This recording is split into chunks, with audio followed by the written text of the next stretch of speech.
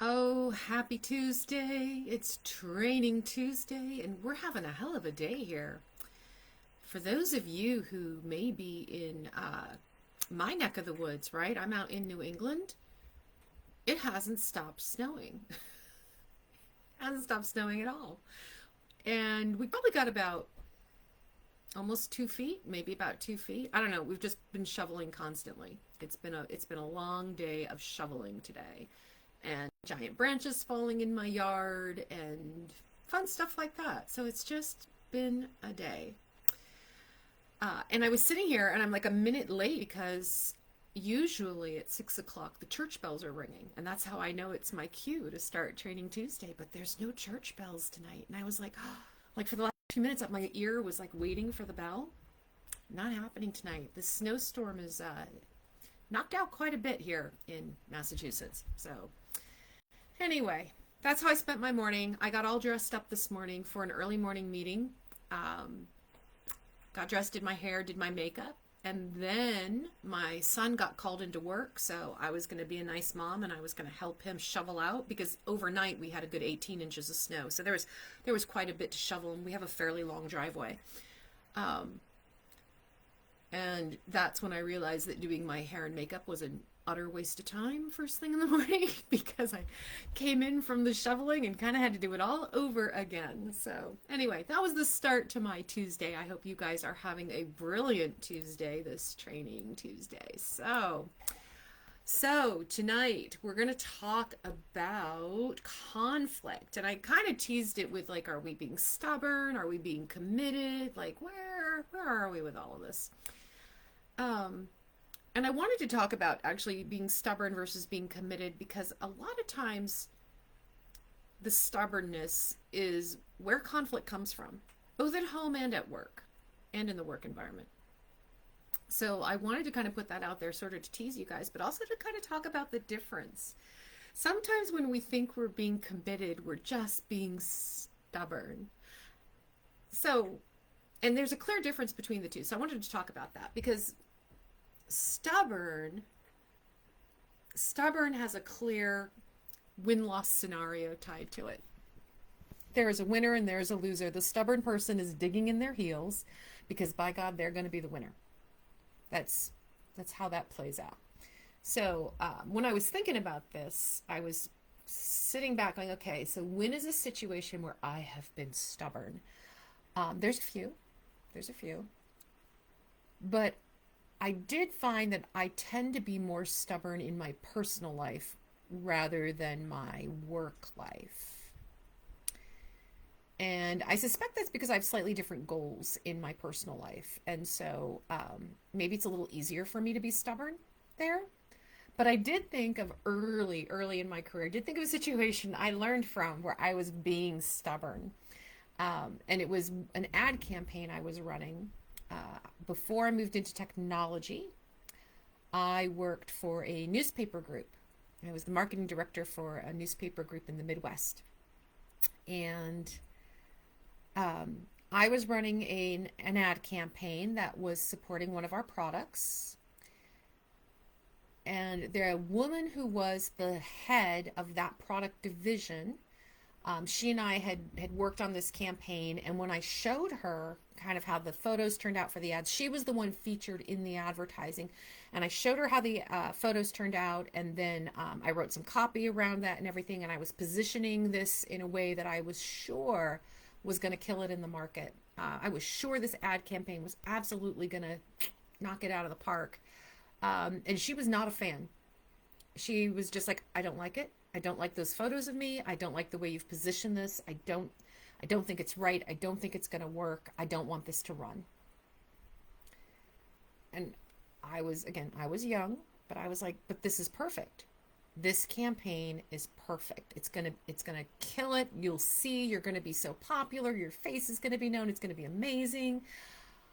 I did go to my boss and say, so Cheryl is not a fan, but I think this is really great. And he looked at it and he said, I'm not going to tell you what to do. You and Cheryl need to work this out. At the end of the day, it's your call. You run our marketing, you decide what runs for the marketing campaigns. So I took that as implicit approval to do my thing, and I ran it. I ran the ad. Um, the results were okay. The results were not nearly as spectacular as I thought they were going to be. The response they weren't terrible results, but they were just okay. We've definitely had run other campaigns that were more successful. Pardon me. But the cost of that campaign was my relationship with Cheryl, who was very unhappy that I ran it anyway, was very unhappy that even though potentially it was my prerogative to use her face and her image for selling our products in the way that I saw fit, she felt she should have more of a say. And it put a significant rift in our relationship that never fully got repaired. So the bigger cost for my being stubborn about this being the right way to go was in my relationship with her. And in my ability to then do future campaigns with her where there was trust, mutual trust. Because here's the thing with being stubborn. When we're stubborn, we're focused on the how. We're focused on the result. We are locked in. We want control. Sorry, frog in my throat just before I came on. It's our way or the highway when we're being stubborn. The definition of stubborn, I looked up the dictionary definition and it said dogged determination not to change your attitude or position on something. Dogged. That is stubborn. Now, instead of being stubborn, had I been committed, what's committed? When we're committed to an outcome rather than the path, we yield better results because we're committed to the why. We're committed to the what need, not the how things need to happen, but the what needs to happen, the end result, the why this is important to be, which opens us up for other ideas around how we can get to that end result, how we can get to that better result. If I had been more committed to finding a great outcome rather than doing it my way, right? If I'd been committed to the outcome rather than to the, but I love this way of doing things, then not only could I have worked on a better approach and one that Cheryl approved of, we could have run a really great campaign instead of just an okay one. And I could have had a really great relationship with a coworker rather than a lukewarm one. So that's my story about being stubborn versus being committed, and a great example of workplace conflict that I created out of my stubbornness, right? And my stubbornness came from my ego, which said, I know this will work. This is the way. So I'm going to pause here for a minute and say hello and welcome to Training Tuesday. My name is Natalie Hahn. I am your host and trainer and coach for tonight at Training Tuesday in our group, Accelerating Leadership for Professional Women. It is great to have you guys here tonight. And I see some of you are already saying hello in the chat. So hello to Joyce and Sue and Jackie. It is great to see you guys. And Sue, what would I have done differently in hindsight? I wouldn't have run the campaign. In hindsight, I would have listened to the fact that Cheryl was not comfortable with the ads I was running or the way I was positioning it. And I would have sat down with her and had a different conversation. Had the conversation about, all right, Cheryl, help me understand what you don't like, and let's talk about different positioning. And it means going and doing different photos, but it also different positioning that we both agree this could work. It just would have meant collaborating and coming up with it together rather than locking myself in my silo of I run marketing and I know how to put this together, so I'm going to blast forward with it. So stubborn. Sometimes people are stubborn. Sometimes they are being political. Sometimes they're being short-sighted or they don't have all the information. Sometimes people are just jerks. It happens. It happens. So how do we use conflict? How do we use conflict as an opportunity to better understand each other, to be more creative, and to drive more successful outcomes? That's really what I want to get to tonight. And I wanted to frame this. I think I shared some of this information with you guys in the ads, but I wanted to frame this with some statistics that I came across. I thought these were interesting. One of them is that employees spend almost 3 hours every week engaged in some kind of conflict at work, which racks up to about 150 hours a year, which racks up to nearly 4 weeks. Nearly 4 weeks of your life every year is spent navigating some kind of conflict at work. That's a lot of time. It's a lot of time. Think of what you could do with a month. Think what you could do with 4 weeks of actual productivity and a happy work environment. More efficiency. Less stress. 60% of employees, 60% of us do not receive any kind of conflict management training. So we're not even taught, we're not even trained. How do you manage conflict? How do you negotiate difficult personalities? How do you deal with it when somebody has a dissenting idea? We're not even taught how. So we fall back on old patterns, right? Old patterns that have served us through grade school and high school and college and all that good stuff. Almost 50%, so 49% of all workplace conflict is ego-driven or personality-driven. No shock there. Right? When we're stubborn, we're getting locked into an idea. We're protecting something. We're protecting something. 34% is due to workplace stress, and 33% is due to an overabundance of workload. That is lack of balance, which makes sense, right? Because if we have too much work and work, which then leads to work becoming stressful, we don't show up as our best selves. We're tired, we're cranky, we might get a little touchy in our responses. It creates stress. We don't make our best decisions. Now, what do these statistics tell us? So I just shared with you that stressful work environment, personality and egos, and lack of training are the culprits behind workplace conflicts. So what does that tell us? What does it tell us about the workplace? You know what it tells me? Workplace conflict is a totally fixable problem. Doesn't need to be what it is. Doesn't need to be 4 weeks of our lives every year. It's completely fixable. Because what if the 60% of employees who don't get conflict management training got some training? What if we could take our egos out of the equation and focus on outcomes? What if we had a balanced work-life pattern? What if we had a healthy work-life balance? What if we were happy at work and our workplace was just a happier, less conflict-ridden place to work? These are all solvable problems. Now, there is a cost. There is a cost to workplace conflict. The cost, so there was math involved. The math says, I'm going to read this because I'm not going to memorize these numbers. The math said $359 billion in paid hours if you average earnings on an hourly salary of $18 an hour. A lot of you are making a lot more than $18 an hour. So really, that's a lowball cost. $350 billion. That's paid hours of workplace conflict. The equivalent, if we total up all of our working employees, 385 million working days. That's how many days are spent in workplace conflict. How fun is that? It's a huge cost. It's a huge cost to any business, but it's also a huge cost to us, the individual. We are the ones navigating the conflict, carrying the stress, thinking about work when we shouldn't be, battling egos that don't need to be battled. So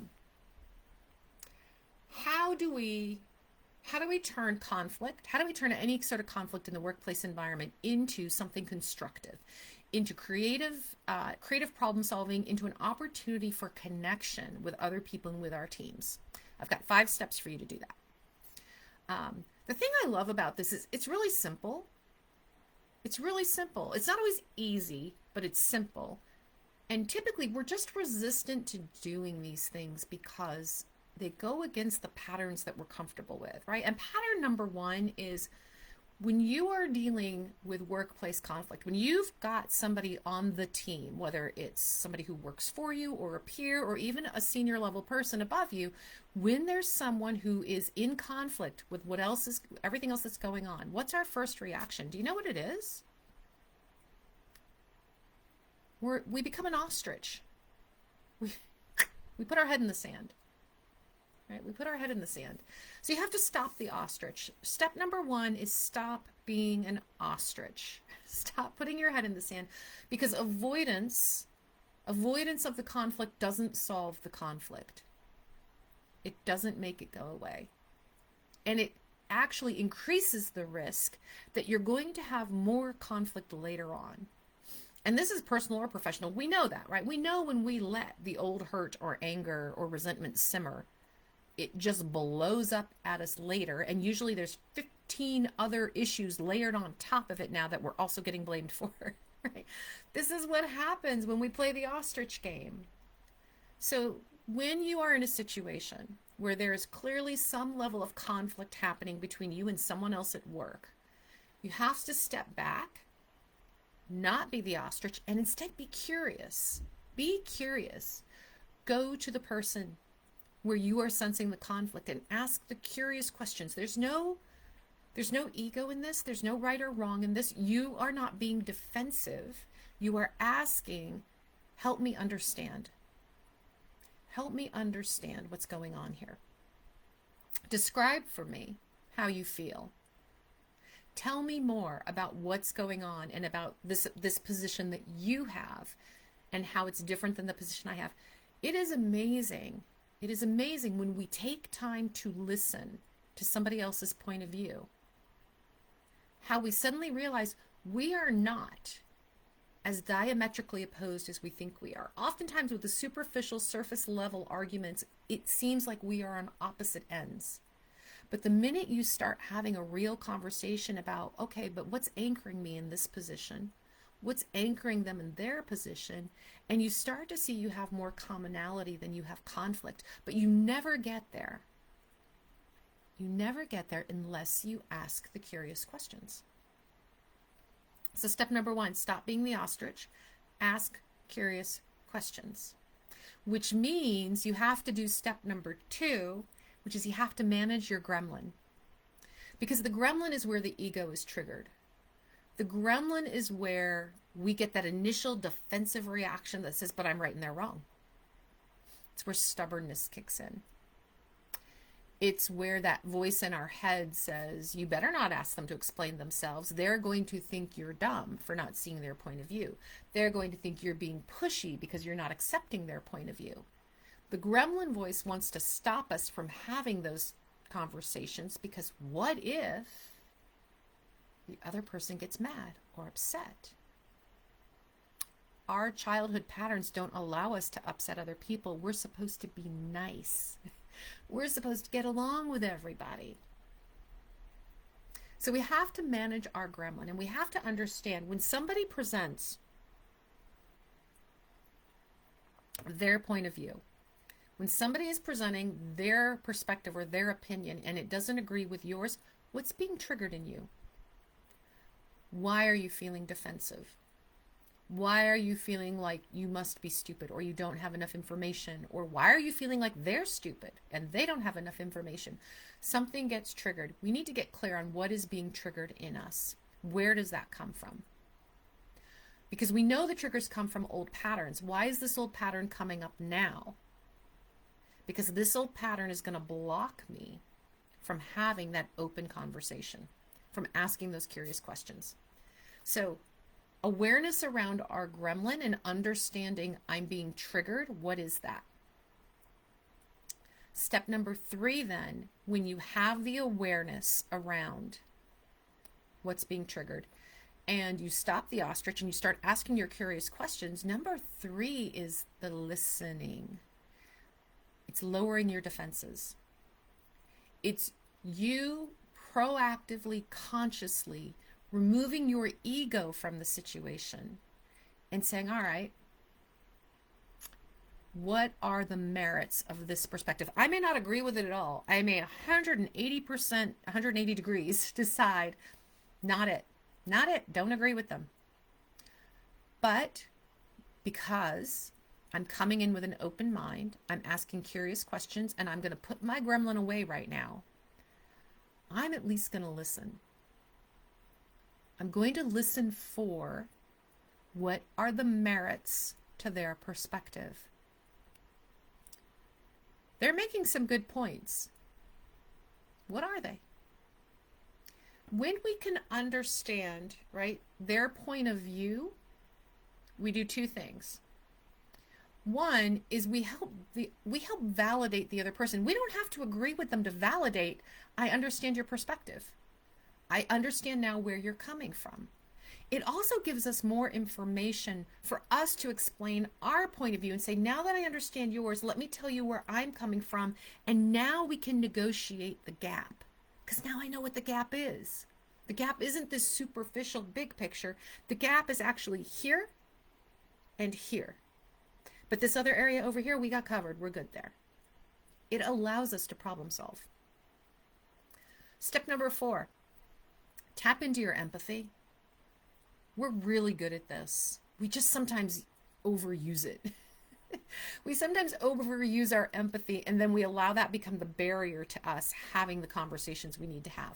But at this stage where you have asked the curious questions, you've managed your gremlin, you've set your ego aside, now let's tap into the empathy. Because once you've heard them, you can also look at, okay, why does this person have this particular point of view? Why is this particular point of view so important to them? Why are they being stubborn and anchoring in to this viewpoint?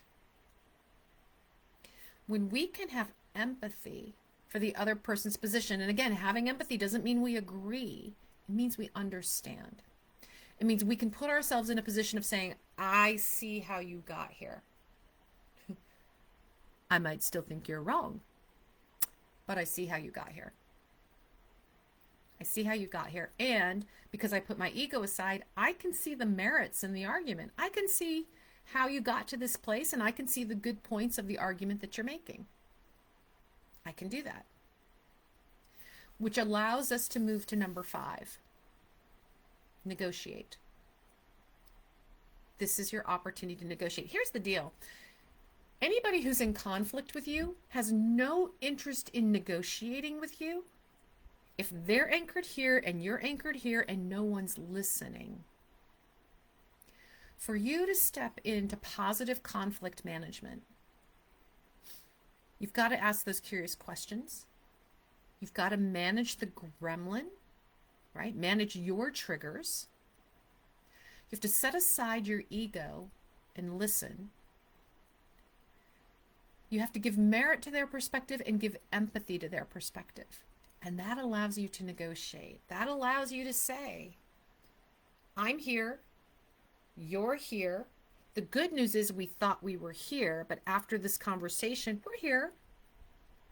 And because you've given the gift to the other person or persons of listening, of being respectful, of offering validation and empathy, they're going to be far more willing to negotiate with you and to hear your perspective, the merits of your argument, and to have some empathy and perspective about your particular position. You open the door when you do that. And what this allows us to do is use the improv principle, right? One of the best skills you can use in negotiation is the improv principle, which is the yes and. Yes, I see your point of view, and I'm going to build on top of that. And here's what I'm building. And that way you're bringing the two perspectives together. And even if there was some conflict in there, you're finding a way to build a bridge. And at the end of the day, that bridge, it's different than the argument that you started with. It's different than the argument your counterpart started with. It's something completely different and new and collaborative.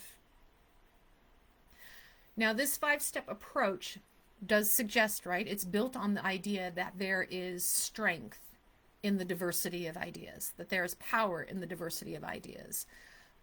that our ability to tune in and listen to other people and what's important to them and their particular angle and approach is valuable to us. And so I think when we can look at the diversity of ideas as a strength and use that, it allows us to foster more communication, to foster more connection and collaboration among teams or among individuals. It allows us to have a new angle or a new approach on an old problem, because somebody else's perspective or idea, they might be looking at the same thing, but because of their experience, they have a completely different viewpoint on how they might negotiate that or manage that, which can be helpful.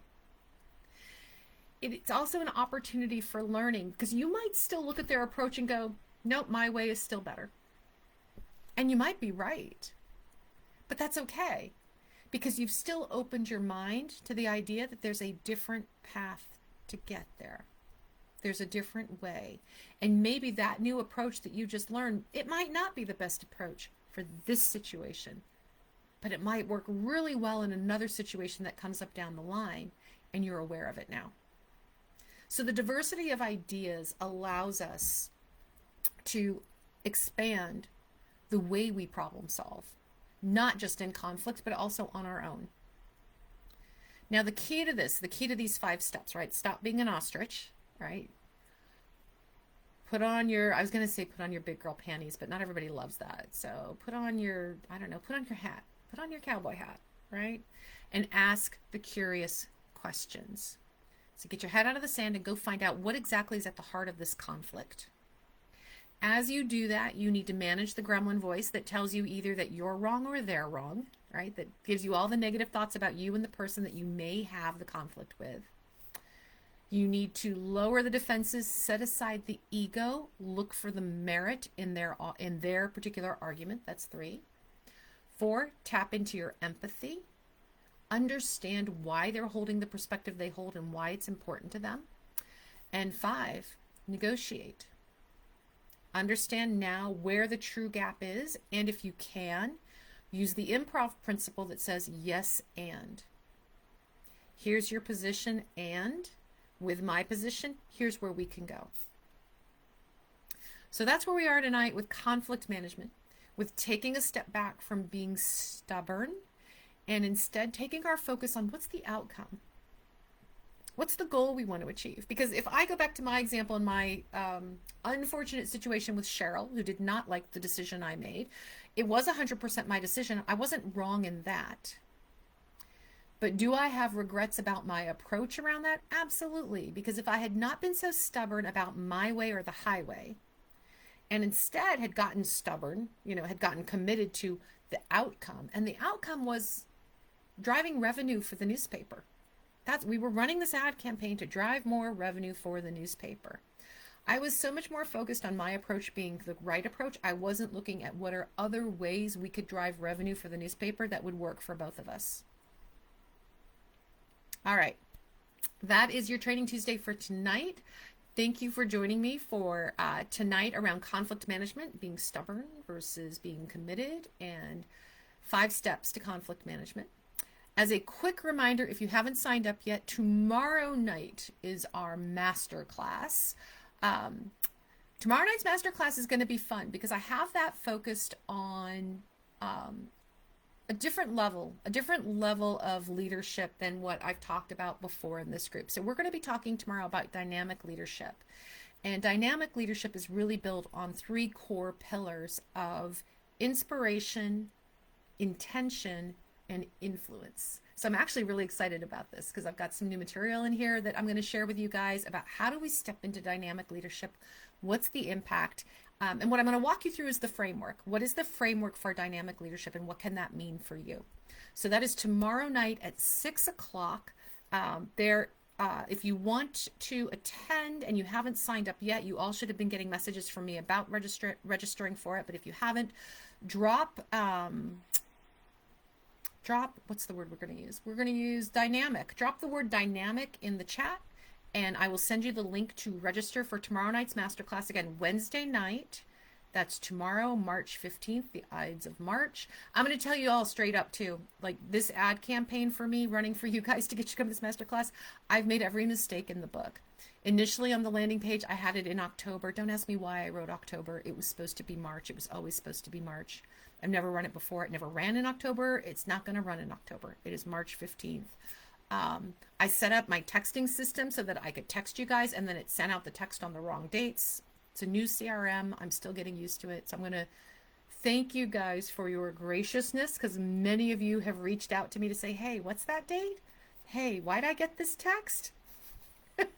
So I apologize. I promise you next time it will be lined up a lot tighter. But tomorrow is about inspire, influence, and lead.